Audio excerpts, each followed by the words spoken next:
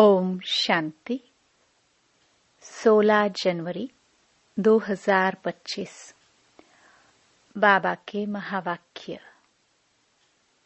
मीठे बच्चे, याद का चार्ट रखो।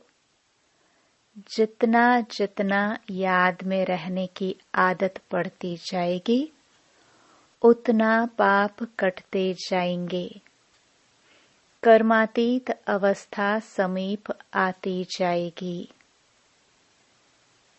प्रश्न: चार्ट ठीक है व नहीं, इसकी परख किन 4 बातों से की जाती है? उत्तर: 1 आसामी, दूसरा चलन, तीसरा सर्विस और चौथा खुशी। बाप दादा इन 4 बातों को देखकर बताते हैं कि इनका चार्ट ठीक है या नहीं। जो बच्चे म्यूजियम या प्रदर्शनी की सर्विस पर रहते, जिनकी चलन रॉयल है, अपार खुशी में रहते हैं, तो जरूर उनका चार्ट ठीक होगा। गीत। मुखड़ा देख ले प्राणी। ओम शांति।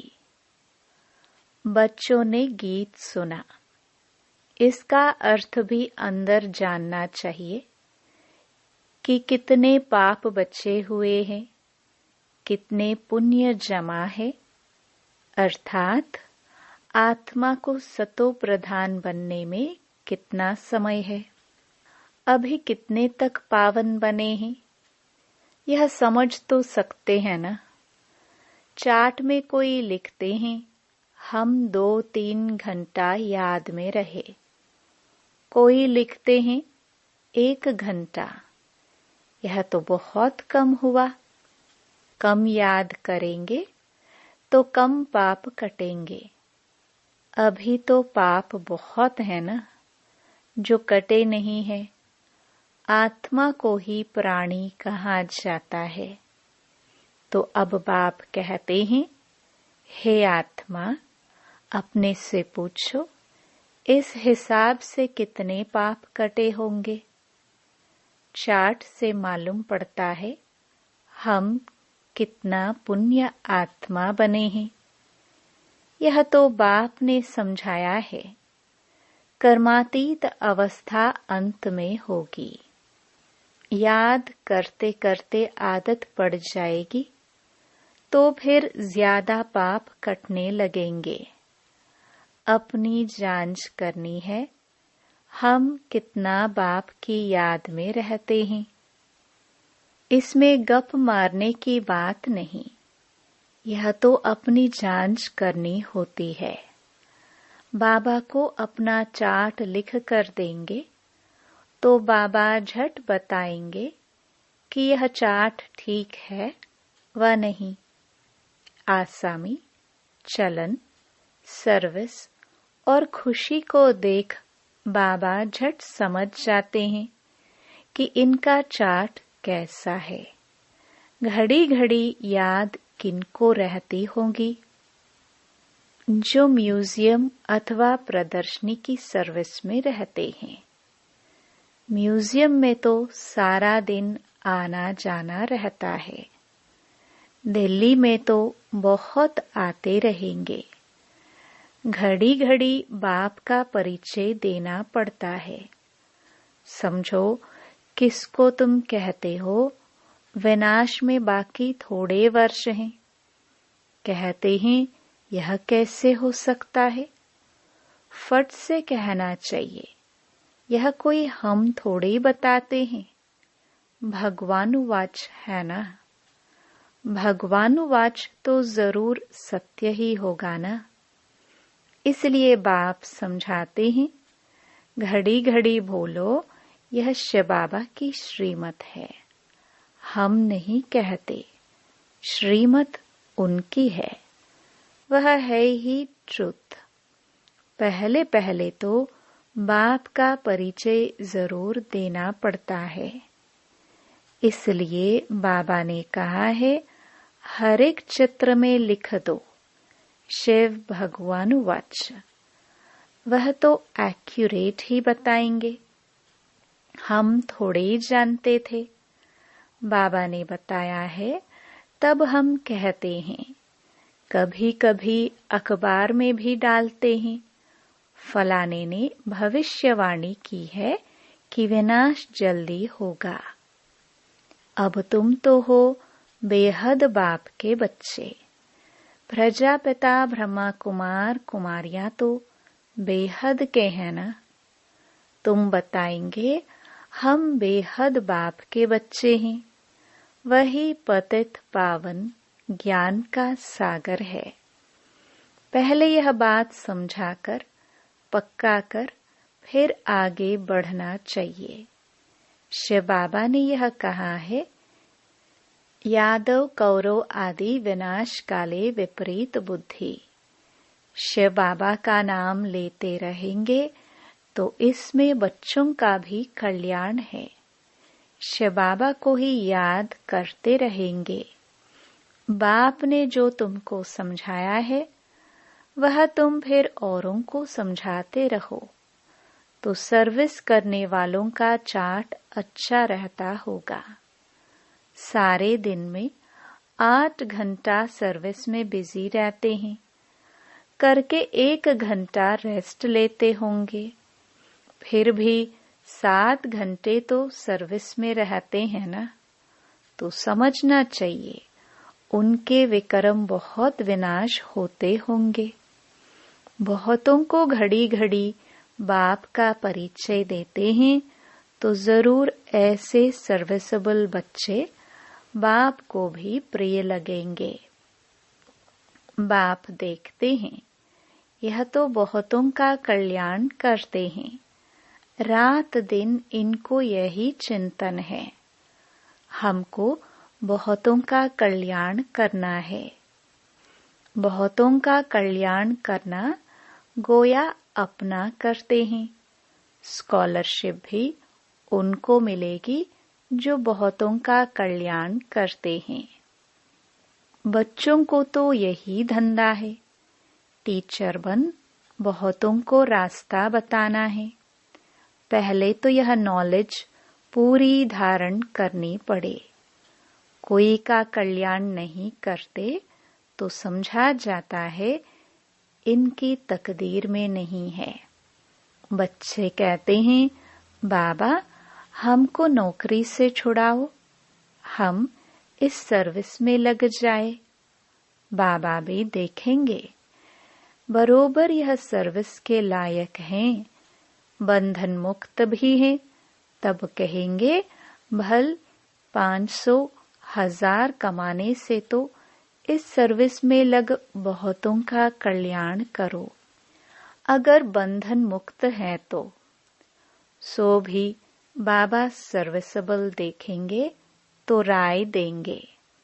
सर्विसेबल बच्चों को तो जहां तहां बुलाते रहते हैं। स्कूल में स्टूडेंट पढ़ते हैं ना, यह भी पढ़ाई है। यह कोई कॉमन मत नहीं है। सत माना ही सच बोलने वाला। हम श्रीमत पर आपको यह समझाते हैं, ईश्वर की मत अभी ही तुमको मिलती है। बाप कहते हैं तुमको वापस जाना है। अब बेहद सुख का वर्षा लो। कल्प कल्प तुमको वर्षा मिलता आया है, क्योंकि स्वर्ग की स्थापना तो कल्प कल्प होती है ना। यह किसको पता नहीं है कि 5000 वर्ष का यह सृष्टि चक्र है। मनुष्य तो बिल्कुल ही घोर अंधियारे में है। तुम अभी घोर रोशनी में हो। स्वर्ग की स्थापना तो बाप ही करेंगे। यह तो गायन है। भंबोर को आग लग गई तो भी अज्ञान नींद में सोए रहे। तुम बच्चे जानते हो, बेहद का बाप ज्ञान का सागर है। ऊंच ते ऊंच बाप का कर्तव्य भी ऊंच है। ऐसे नहीं, ईश्वर तो समर्थ है, जो चाहे सो करे। नहीं, यह भी ड्रामा अनादि बना हुआ है। सब कुछ ड्रामानुसार ही चलता है। लड़ाई आदि में कितने मरते हैं, यह भी ड्रामा में नोंद है। इसमें भगवान क्या कर सकते हैं? अर्थक्वेक आदि होती हैं तो कितने रड़ियां मारते हैं। हे भगवान, परंतु भगवान क्या कर सकते हैं?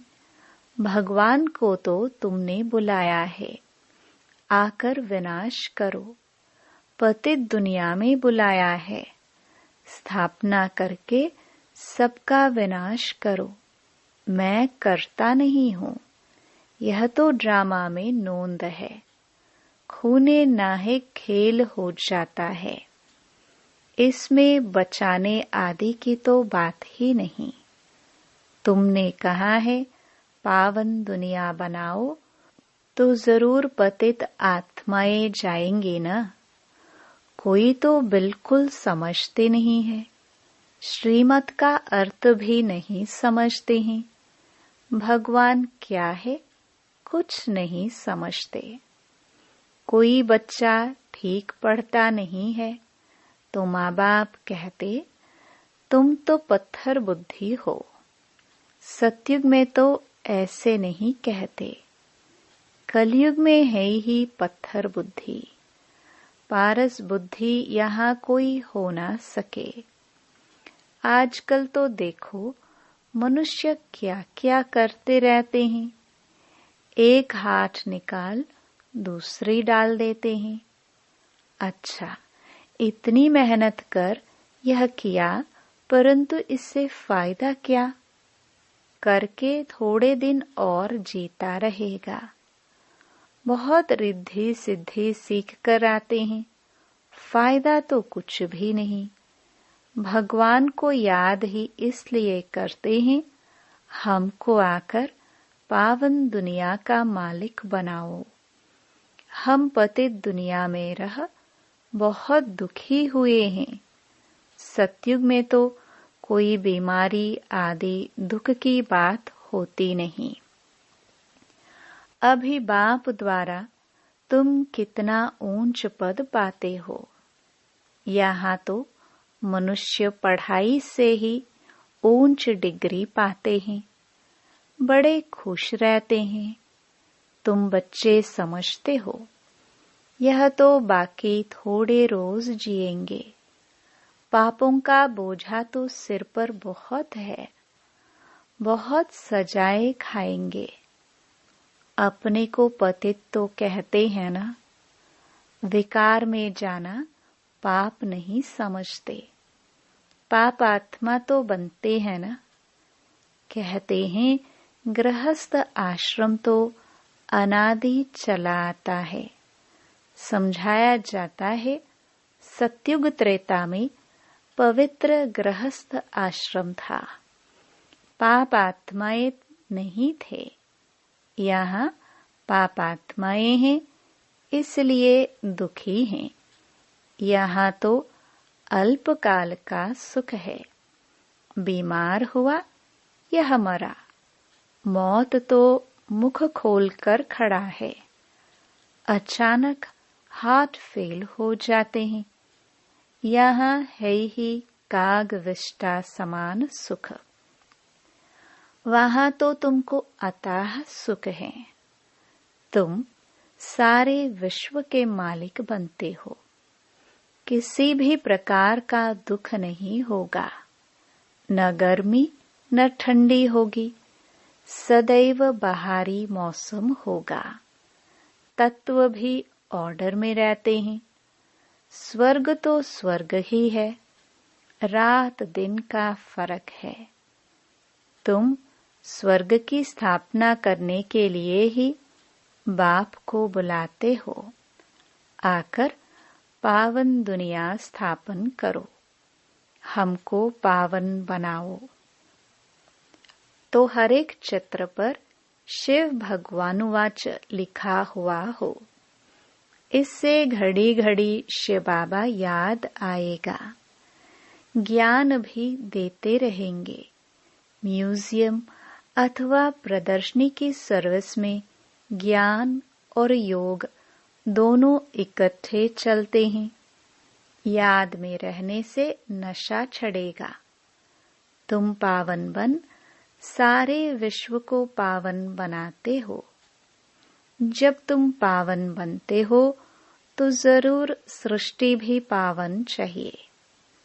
पिछाड़ी में कयामत का समय होने के कारण सबका हिसाब किताब चुकतो हो जाता है। तुम्हारे लिए हमको नई सृष्टि का उद्घाटन करना पड़ता है। फिर ब्रांचेस खोलते रहते हैं। पवित्र बनाने के लिए नई दुनिया सत्युग का फाउंडेशन तो बाप बिगर कोई डाल ना सके। तो ऐसे बाप को याद भी करना चाहिए। तुम म्यूजियम आदि का उद्घाटन बड़े आदमियों से कराते हो तो आवाज होगा। मनुष्य समझेंगे यहाँ यह भी आते हैं। कोई कहते हैं तुम लिख कर दो, हम बोलेंगे। वह भी रॉन्ग हो गया। अच्छी रीति समझकर बोले ओरली तो बहुत अच्छा है। कोई तो लिखत पढ़कर सुनाते हैं जिससे एक्यूरेट हो। तुम बच्चों को तो ओरली समझाना है। तुम्हारी आत्मा में सारी नॉलेज है ना। फिर तुम औरों को देते हो। प्रजा वृद्धि को पाती रहती है।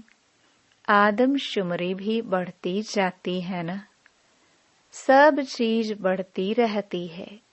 झाड़ सारा झड़झड़ीभूत हो गया है।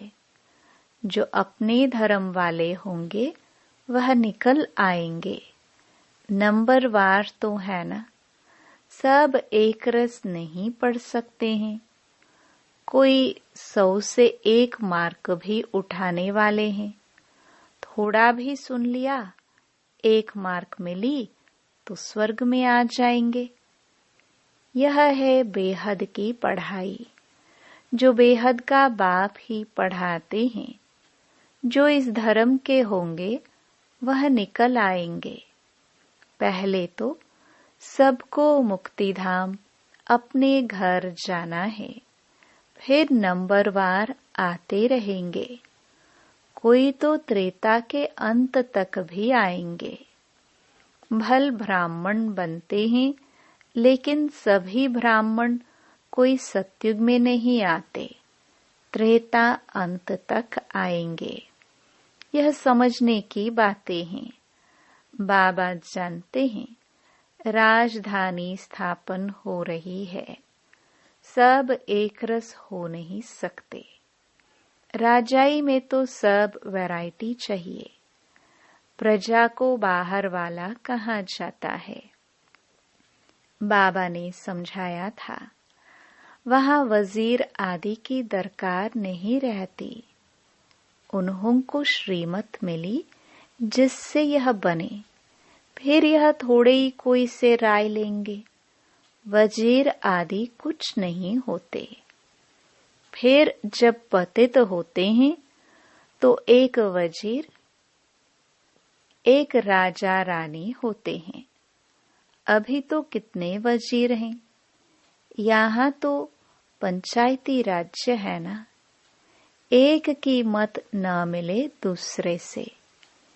एक से दोस्ती रखो, समझाओ, काम कर देंगे।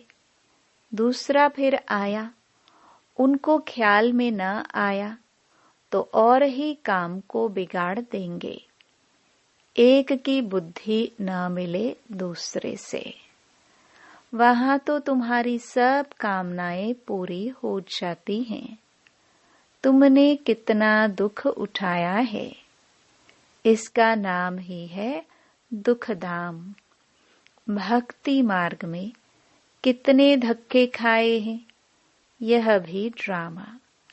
जब दुखी हो जाते हैं तब बाप आकर सुख का वर्षा देते हैं। बाप ने तुम्हारी बुद्धि कितनी खोल दी है। मनुष्य तो कह देते साहूकारों के लिए स्वर्ग है, गरीब नरक में है। तुम यथार्थ रीति जानते हो स्वर्ग किसको कहा जाता है। सत्युग में थोड़े ही कोई रहम दिल कह बुलाएंगे। यहाँ बुलाते हैं रहम करो, लिबरेट करो। बाप ही सबको शांति धाम, सुख धाम ले जाते हैं। अज्ञान काल में तुम भी कुछ नहीं जानते थे। जो नंबर 1 तमो प्रधान, वही फिर नंबर 1 सतो प्रधान बनते हैं। यह अपनी बड़ाई नहीं करते हैं, बड़ाई तो एक की ही है। लक्ष्मी नारायण को भी ऐसा बनाने वाला तो वह है ना। ऊंच ते ऊंच भगवान, वह बनाते भी ऊंच हैं। बाबा जानते हैं सब तो ऊंच नहीं बनेंगे, फिर भी पुरुषार्थ करना पड़े। यहाँ तुम आते ही हो नर से नारायण बनने। कहते हैं बाबा हम तो स्वर्ग की बादशाही लेंगे। हम सत्य नारायण की सच्ची कथा सुनने आए हैं। बाबा कहते हैं अच्छा, तेरे मुख में गुलाब, मेहनत करो। सब तो लक्ष्मी नारायण नहीं बनेंगे। यह राजधानी स्थापन हो रही है। राजाई घराने में, प्रजा घराने में चाहिए तो बहुत न। आश्चर्यवत सुनंती कथंती फारकती देवंती, फिर वापस भी आ जाते हैं। जो बच्चे अपनी कुछ न कुछ उन्नति करते हैं तो छड़ पड़ते हैं, सरेंडर होते ही हैं गरीब। देह सहित और कोई भी याद ना रहे, बड़ी मंजिल है। अगर संबंध जुटा हुआ होगा तो वह याद जरूर पड़ेंगे। बाप को क्या याद पड़ेगा। सारा दिन बेहद में ही बुद्धि रहती है। कितनी मेहनत करनी पड़ती है। बाप कहते हैं मेरे बच्चों में भी उत्तम, मध्यम, कनिष्ठ हैं। दूसरे कोई आते हैं तो भी समझते हैं यह पतित दुनिया के हैं, फिर भी यज्ञ की सर्विस करते हैं तो रिगार्ड देना पड़ता है। बाप युक्तिबाज तो है ना, नहीं तो यह tower of silence holiest of Holi tower है, जहां होलीएस्ट ऑफ होली बाप सारे विश्व को बैठ होली बनाते हैं। यहाँ कोई पतित आ ना सके, परंतु बाप कहते हैं मैं आया ही हूँ सभी पतितों को पावन बनाने। इस खेल में मेरा भी पार्ट है। अच्छा, मीठे मीठे सिखे लदे बच्चों प्रति मात पिता बाप दादा का याद प्यार और गुड मॉर्निंग। रूहानी बाप की रूहानी बच्चों को नमस्ते। धारणा के लिए मुख्य सार। पहला, अपने चार्ट को देखते जांच करनी है कि कितने पुण्य जमा है। आत्मा सतो प्रधान कितनी बनी है। याद में रहकर सब हिसाब किताब चुकतो करने हैं। दूसरा, स्कॉलरशिप लेने के लिए सर्विसेबल बन बहुतों का कल्याण करना है। बाप का प्रिय बनना है। टीचर बन बहुतों को रास्ता बताना है। वरदान, अपने फरिश्ते स्वरूप द्वारा सर्व को वर्षे का अधिकार दिलाने वाले आकर्षण मूर्त भव। फरिश्ते स्वरूप की ऐसी चमकीली ड्रेस धारण करो जो दूर दूर तक आत्माओं को अपनी तरफ आकर्षित करे और सर्व को भिखारीपन से छुड़ाए, वर्षे का अधिकारी बना दे। इसके लिए ज्ञान मूर्त, याद मूर्त और सर्व दिव्य गुण मूर्त बन उड़ती कला में स्थित रहने का अभ्यास बढ़ाते चलो। आपकी उड़ती कला ही सर्व को चलते फिरते फरिश्ता सो देवता स्वरूप का साक्षात्कार कराएगी। यही विधाता वरदातापन की स्टेज है। स्लोगन, औरों के मन के भावों को जानने के लिए सदा मन मनाभव की स्थिति में स्थित रहो। अपनी शक्तिशाली मनसा द्वारा सकाश देने की सेवा करो। मनसा शक्ति का दर्पण है, बोल और कर्म।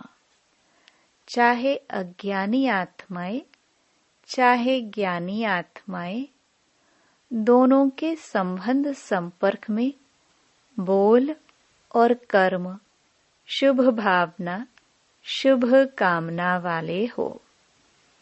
जिसकी मनसा शक्तिशाली व शुभ होगी, उसकी वाचा और कर्मणा स्वतः ही शक्तिशाली शुद्ध होगी, शुभ भावना वाली होगी। मनसा शक्तिशाली अर्थात याद की शक्ति श्रेष्ठ होगी, शक्तिशाली होगी, सहज योगी होंगे। ओम शांति।